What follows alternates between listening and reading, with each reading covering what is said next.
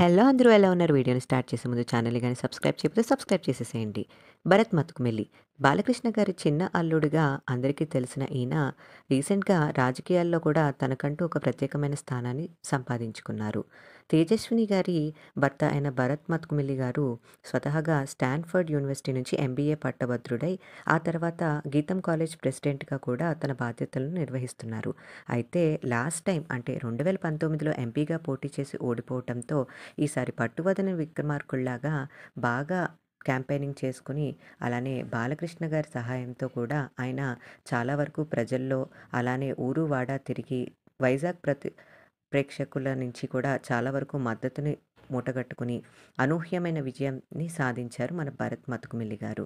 అంతేకాకుండా ఆయన విజయంలో ఆయన భార్య అయిన, అలానే మన బాలయ్య గారి చిన్న కుమార్తె అయిన తేజస్విని గారి పాత్ర కూడా ఎంతో ఉంది. ఊరు వాడ తిరిగి తన భర్తకి ఓటేయండి అంటూ చాలా వరకు సపోర్ట్ చేశారు తేజస్విని గారు. అంతేకాకుండా చాలా వరకు వైజాగ్‌లో ప్రజలు ఫేస్ చేస్తున్న ప్రాబ్లమ్స్‌ని, అలానే డైలీ వాకర్స్ అసోసియేషన్ ప్రజలతో, అలానే చాలా వరకు ఏరియాల్లో కూడా భర్తతో పాటు చాలా వరకు క్యాంపెయినింగ్‌లో పాల్గొన్నారు. వీటన్నిటి సహాయంతో భరత్ గారు 5,00,000 మెజారిటీతో గెలుపొంది రీసెంట్‌గా లోక్‌సభలో ఎంపీగా తన ప్రమాణ స్వీకారాన్ని చేశారు. ఆ మొమెంట్స్‌ని క్యాప్చర్ చేస్తూ వాటికి సంబంధించిన పిక్స్‌ని కూడా తేజస్విని గారు తన సోషల్ మీడియాలో పోస్ట్ చేస్తూ గూస్ బంప్ మూమెంట్ అంటూ ఒక క్యాప్షన్ ఇచ్చారు.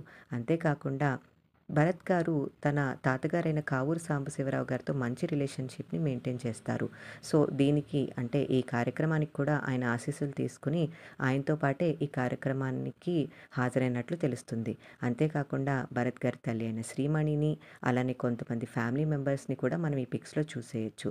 దాంతో పాటు శ్రీకాకుళం ఎంపీగా, అలానే ఏవియేషన్ మినిస్టర్‌గా తన పదవిని పొందిన రామ్మోహన్ నాయుడు ఫ్యామిలీని కూడా మనం ఈ పిక్‌లో చూసేయొచ్చు. ఛానెల్‌ని సబ్స్క్రైబ్ చేయకపోతే సబ్స్క్రైబ్ చేసేసేయండి. బెల్ ఐకాన్ క్లిక్ చేయండి. Thanks for your love and support.